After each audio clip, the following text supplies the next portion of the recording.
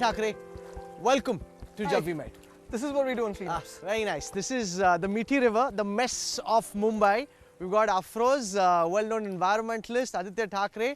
Welcome to Jab We Met, Afroz. Sunday morning, Aditya, this is usually when people chill back in bed, relax, get their cup of tea. I'm glad that you're out in this field trying to clean it up. This is something I think which gives us pleasure, because normally if you come for a Meaty River cleanup or even a beach cleanup, you know, that's something which is so de-stressing. You feel good at the end of the day, you've done something which is actually impactful. Tell me, what's your plan, Aditya, to clean this up? Afroz very beautifully stated that Meaty is about three things: solid waste, liquid waste and mindset change. The biggest thing for us is mindset change. For a long time, the Meaty has been tried to be cleaned up by so many different agencies. Finally, in the last 1.5 years, you have the state government, you have the BMC that is trying to clean it up.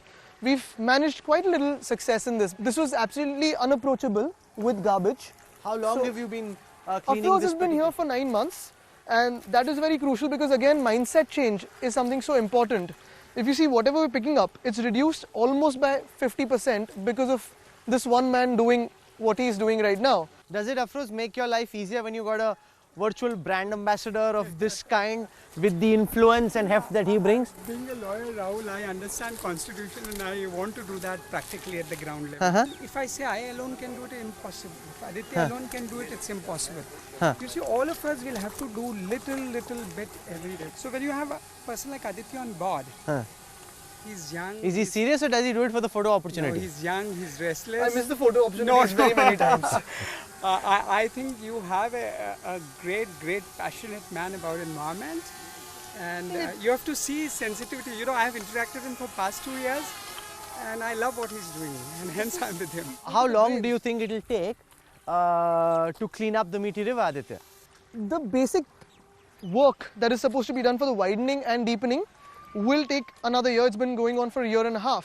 Essentially, if everyone comes on board as citizens doing what each individual person is supposed to do, then it's not too long, not too far. So can't you make it compulsory for all Shiv Sainiks to do this? We're doing that. I mean, most of the places my Yuva Seniks are going, cleaning it up without putting any branding of the Yuva Sena, because finally for me, I want everyone to go out there at the beach, in the rivers, to see what we've done to our planet. Is the ban working well, Afroz, in your view? Ban is good as you and me. So if you find a good law, obey it. Do you need an inspector to tell you to obey it? So that's a major issue in our society at this point of time, that you want an inspector to enter your house, your streets, to tell you how to love nature.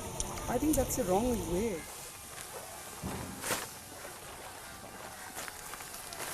No, but if you see, there's a lot of water draining out. Yes. That sewage water draining out. Till the time you stop it, I don't see how you can fix this problem for good.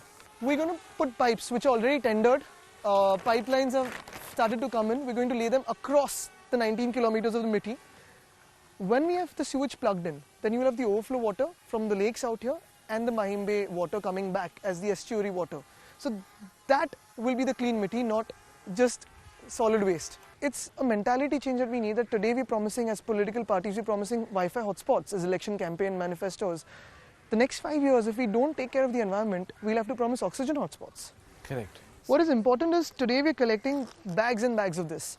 We're segregating waste in housing societies, but you know, we have to ensure that it doesn't come into this. Look at how beautiful the place there looks, where you have no human habitation. Yeah, it actually at this time looks like you can do a picnic and stuff over Exactly. there. And you've got big fishes, by the way. Fish is good as long as they don't have snakes. Aditya, I'm keen on knowing your thoughts on what you believe needs to be done with all these illegal constructions, because this is essentially a forest area, a protected forest. Ideally, none of these people should be here. So there are a couple of ways to look at it. One is whether they're legal or not, and that question was never going to be solved, because finally so many places in India or in, you know, across our cities, you have legal things coming up, illegal things coming up, you'll have court cases, you'll have notices given. There's the other part where most of these people are also Adivasis. They've been living here before citizens came in or cities became urbanized. These are not Adivasi, these are illegal settlers. No, exactly, but some of them. Some may be Adivasi. Now, how do you handle this? Because again, the biggest issue for us, where we're shifting out illegal settlements, is they're humans. They have lives, they have to go somewhere else. We train them to live in sync with, nature, coexist with nature. then the regular process can take as much time as possible because there are things that take time. For example, you'll have SRA coming up, you'll have alternate housing being given to them. Before that, the urgent thing is first aid. The first aid needed by Mother Nature today is A, clean up, B, don't litter or don't pollute. My worry is what we call development. Is it really development? Is it sustainable development? And that is when you have infrastructure projects coming in. No, but a lot of your corporators and politicians in your party are the ones pushing for these projects. Yes, of course, but the projects have to be sustainable. For example, I'll give you the biggest example of what we're doing. The GMLR, which is the Goregaon-Mulund link road, right? It was supposed to destroy about 4,000 to 5,000 trees. And we said nothing doing. We know it's an east-west corridor. It'll connect a lot of cars. A lot of movement will be freed up because of it. But we cannot destroy the trees in the national park. So now we're going completely underground, so deep that not even a single root will be touched. And even the construction will happen from one end to the other, not digging anything in the middle. So if you have ideas like this, where essentially you're not damaging the environment, you can go ahead with that. This is Afroz, living testimony to the scale of your challenge. Yes, this is what you call failure of waste management. If you look at the quality of the plastic here, it's all degraded, which means it's not in the last whatever years. Plus the plastic you see here is all multi-layered packaging, which is not yet banned because how will your biscuits be wrapped, or how will your milk be wrapped, all of it, or chocolates. So now what we need is a law which says that recycling is compulsory and implementation of that. Namaskar. Come. आइए चलो वो बताओ आप जरा बताइए क्या है उसमें वो है वेफर ऊपर का है सब धो के रखना है नहीं वो साफ का साफ है और आपका दूसरा कैसा बताइए आप गीला वाला देखो डब्बा में रखती हूँ डब्बा में रखती हूँ अच्छा वो अच्छा आपके लिए ये 2 बैग हाँ आप कलेक्शन करें इसके लिए हाँ It's supposed to be like a great marketing idea, the sachet, but it's an environmental mess. Ever. सच एक शैम्पू कंपनी ने यहाँ 2-3 लीटर का डब्बा लगा दिया और ये सब जगह ये स्कीम हो गई तो it will become easy. The biggest sense of hope and story of hope is the city of Mumbai. 2017, when you had no segregation of waste, you had as a law, but we hadn't implemented it. Imagine if 100% of housing societies and each one starts doing it. Our dumping grounds won't have waste going there. Wet waste can be composted, manure can be created, plus the whole garbage issue that you find on the road, that will go off. No, more power to you, and may more people join your bandwagon. Good, thank you so much. Thank you. Nice spending this morning with you. Thank you, Afroz. Thank you.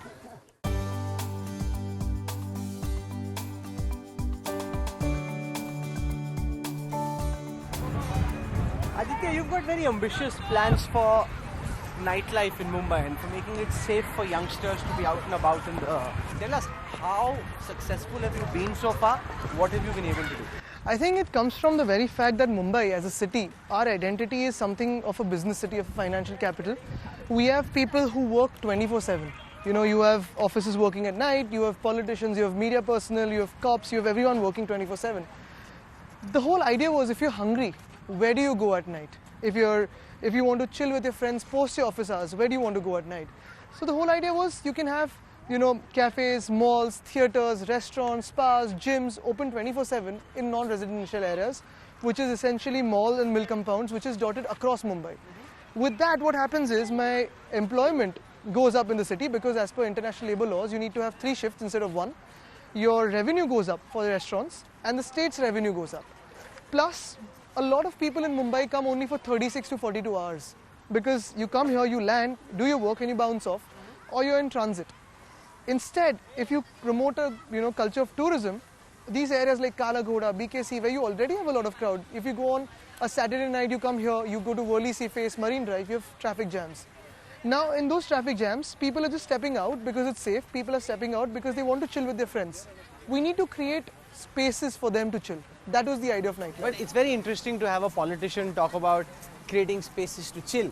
Yeah. Because, for example, in Uttar Pradesh, you've got Romeo squads running, you'll have a couple sitting there, somebody chasing them.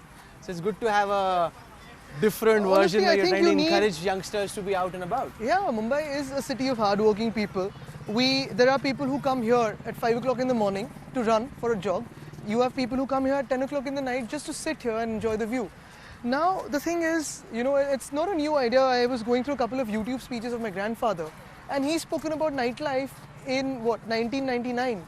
So the thing is, again, when you have people working 24/7, if you want people to enjoy their life, have a longer lifetime, you need breathing spaces. Do you also do some of this just for yourself? That I you then- love going to a couple of places to eat rolls or milkshakes at night, 11:30, 12, especially if you have football games or after long campaigns and you're really hungry. You go and enjoy a roll with your friends. Let's just climb up here. I'll show you what we're doing here. So basically, you have the mithi coming out from here, right? So That's the mithi. Yes, and you have the Koliwara there. Now that area which is white, that's all trash, that's all garbage, which is supposed to be mangroves. So recently what we're doing now is that whole area started to be cleaned up from last week onwards. I was there. There is a missing link of pedestrian pathway between this entire promenade of at least 1.5 kilometers to Mahim Causeway. Now there is where I want to make a viewing gallery. You can walk from the whole of Mahim, come here, work out, take a good walk, sit, enjoy, and go back to wherever you live in Mahim. From there, that point onwards to Siddhivinayak temple is 5 kilometers. And that's going to be the cultural spine of Mumbai. That's my next project, because in that you have the Mahim Causeway, you have the mouth of the Mithi, you have the Koliwara, you have a church, you have Magdum Shah Baba's Dargah, you have Savarkar Smarak, you will have... So what will you do? You'll have something It's just a pedestrian way. along the water. Along the water? No, along the road. But 5 kilometers of uninterrupted pedestrian pathway. So you'll have a complete walkway for every religion to celebrate the festivals, as well as every person to come and walk and enjoy what Mumbai is. How soon do you think this will be ready? About 3 months. 3 months. It's just improvisation of the pathway. Because earlier it was all small buildings. Now it's all up, down, up, down. It's becoming like New York or any other city in the world. The only thing is, how do we provide the facilities for such a huge population density that's coming in? Once we turn from this promenade and this view, there is something for your own fitness. So This it is an says open thanks gym. to Aditya Thackeray. You got Yeah, some Dino PR. and I did something in a couple of places in Mumbai. We want to actually expand this. This is where you can do 44 different exercises on this one small machine. And it's like everything else in Mumbai, it's very compact. So how many such gyms have you We've built? got about 20 in Mumbai. Couple of them at Worli Seaface, some of them in different parks and gardens. Some housing societies asked for it. It's good. So I was with Ajinkya Rahane, Right. and he mentioned, Aditya, that you're very health conscious and you're constantly measuring body fat and BMI, BMI. yeah. So what's your fat index right now?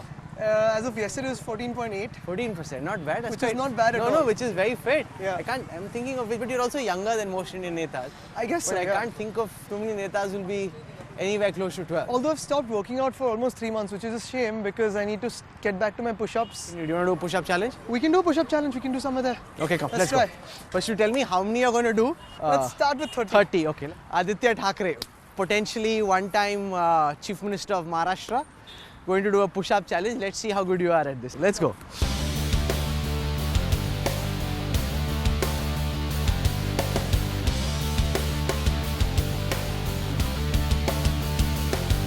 Well done. 30 straight push-ups, that's not bad at all. Not bad. And quite clean reps as well. Yeah. Are you getting to work out or not very much? I think tomorrow I'm going to walk like this. No, you'll be fine, don't worry. You're trying to start some kind of a renaissance of football in Mumbai. So I head the Football District Association of Mumbai.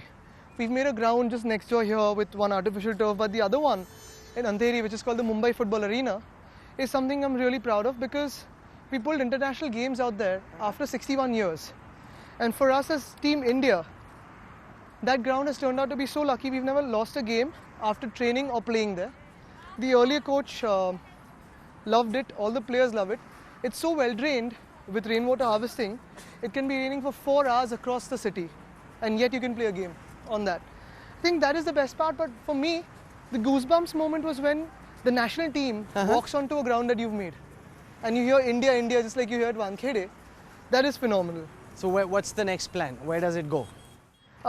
In terms of we're making a small sports complex here, but for me, what I'm trying to do is bring baby leagues into our BMC schools, get them onto sports, gender equal sports, try to get hygiene, sanitation, equality taught to these young kids through sports, be it cricket, be it football, be it kabaddi, rugby, boxing, karate, chess. So we're trying to get these kids of the BMC who have that desire to win, that urge to win, into these sports. We're tying up with the Lions Club, the Rotary. We had a program with the UEFA Foundation. a lot of consulates approaching us for these programs. This is great. And because fun. it's Mumbai, you'll have a lot of international support as well. Exactly, and we have 3.5 lakh kids from the BMC getting into sports. I think that is phenomenal because, see, finally, of course, we have to focus on studies. But if we can impart lessons of gender equality, hygiene through sports where kids love to play, that is something which is nice.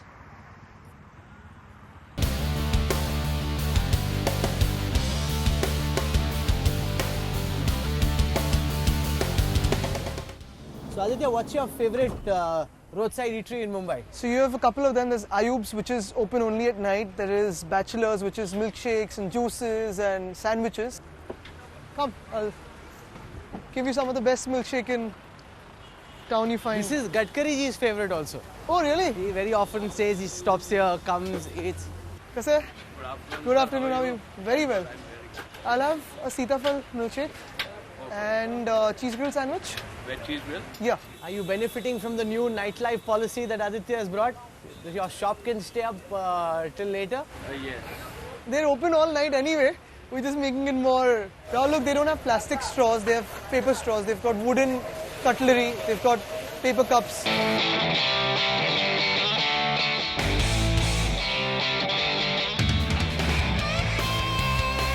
There you go. Milkshake's finally ready. Thank you very much, sir. Signature Sitafal fresh Sitafal milkshake. Thank you. We've come a long distance for it. You need to have it. I'm getting the Delhi guys to like Mumbai food. This is delicious. Thank you so much.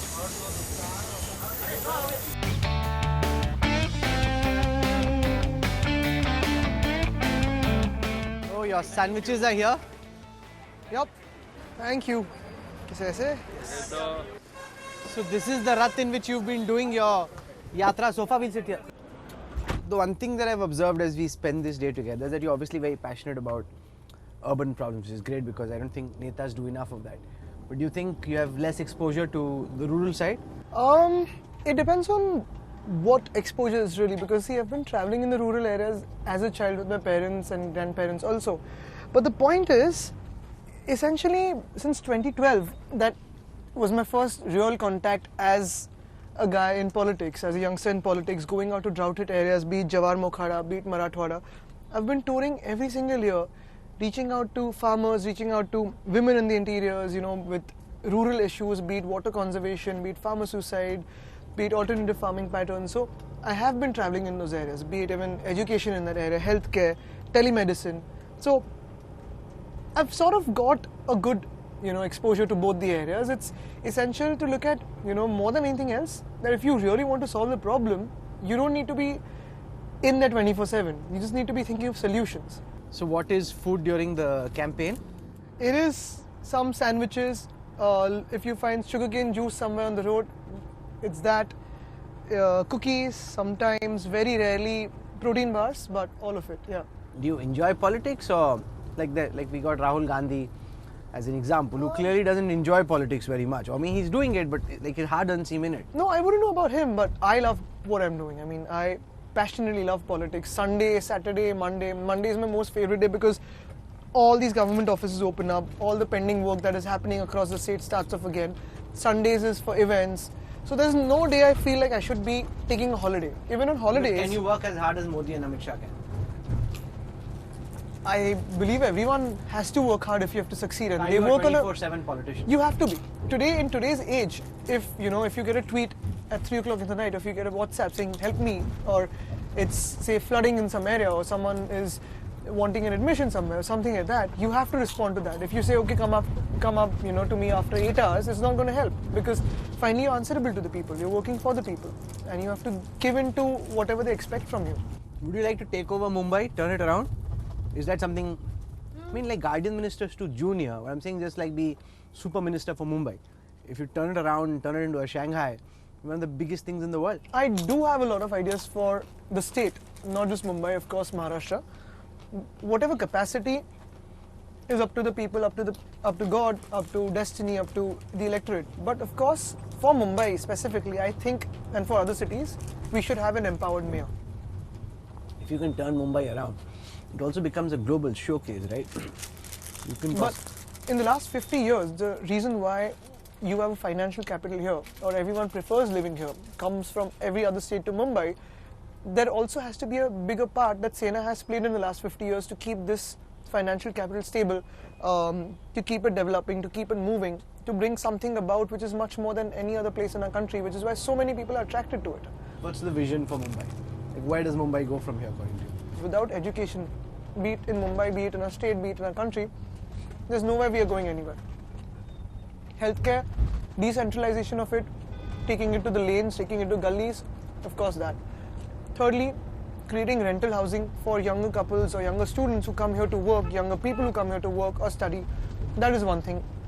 Infrastructure-wise, roads are happening. I would want all the agencies to be working under a municipal corporation or one agency which is open, which is answerable to the people.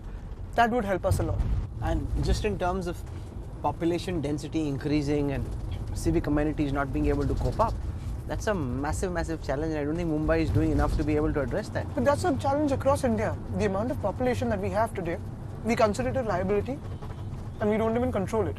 China considers it as an asset and they're controlling it. So now we're at the BMC, which is the nerve center of Mumbai, where Mumbai is run from. And we also in various national surveys amongst the most corrupt organization in the country. And the most efficient also.